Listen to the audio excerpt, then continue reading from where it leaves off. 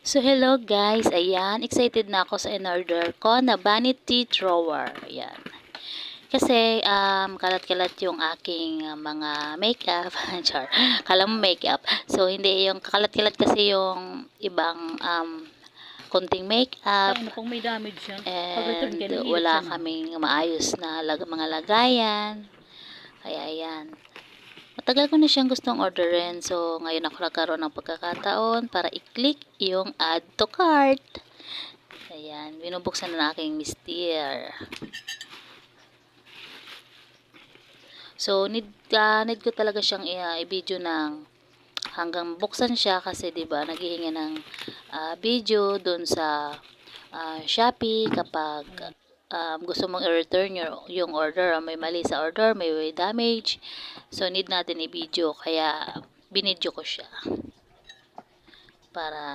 Hindi ko pa na-try mag-return ng order sa Shopee kasi may na-return ako na bag kasi sira yung bag, pero hindi ko siya na-return kasi wala akong video. Hindi ko pa kasi alam noon. Yung first time ko pa lang mag-order noon sa Shopee. So hindi ko pa alam na kailangan ng video in case na gusto mo isuli yung item, so kailangan may video.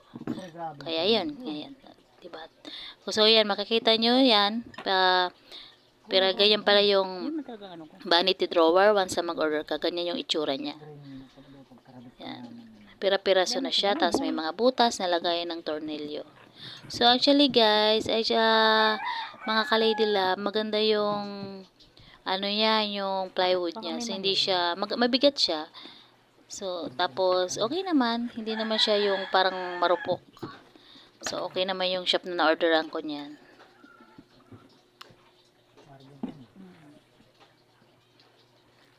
Ayan, that time, nalilito na yung asawa ko sa pag-assemble kung alin yung mga Paano man niya ipapadala? magkakapares.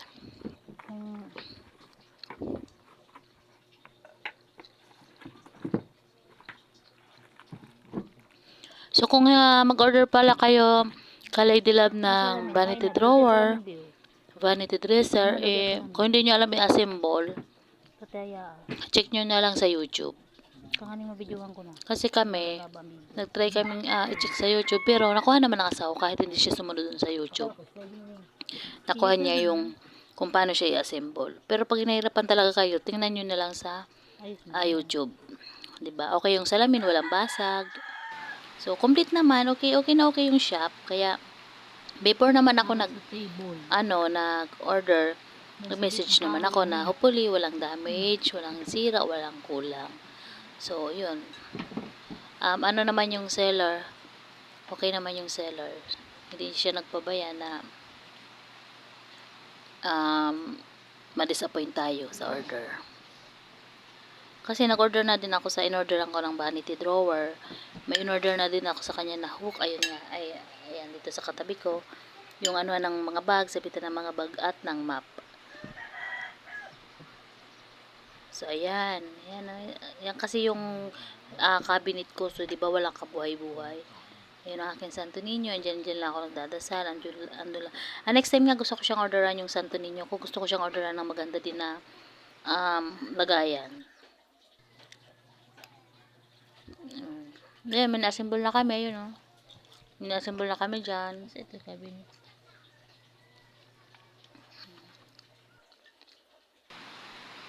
Ang kalat sa kwarto, di ba? Para sa table. Ayan, kung mapapansin nyo dun sa cellphone.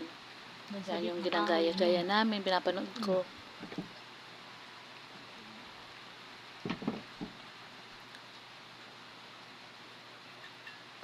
Kasi pag mga walang lagayan, mga ka-lady love, pag walang maayos na lagayan, kalat-kalat yung mga gamit. Kaya need natin na umorder kahit medyo kapos-kapos sa budget, maging maayos lang yung lagayan ng mga gamit. So, yun. Ang kalat kasi dyan sa kwarto kasi walang mga maayos na lagayan.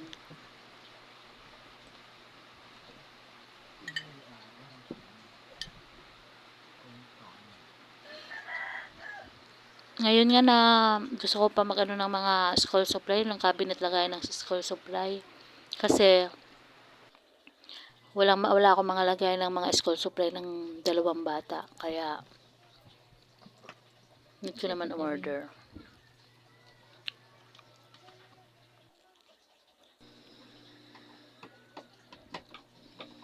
So, ayan. Nabubuo na siya mga ka-Lady Love. Medyo inabot na tayo ng dilim. Yan, medyo madilim na yan. Hapon na. Kasi mahirap talaga siya i-assemble. So, yung kailangan na lang natin ilagay yung salamin. So, mahirap talaga siya i-assemble mga ka-Lady Love. Halos oras yung ginugol namin. Ginugol ng asawa ko para mabuo yung vanity dresser natin. Yung salamin. Siya na lang yung ikakabit.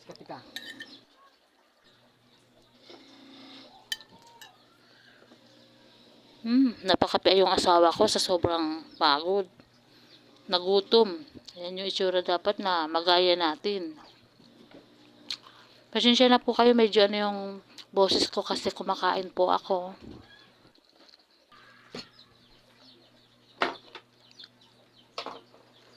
Ayun yung aking cabinet na walang kabuhay-buhay. So, ayan.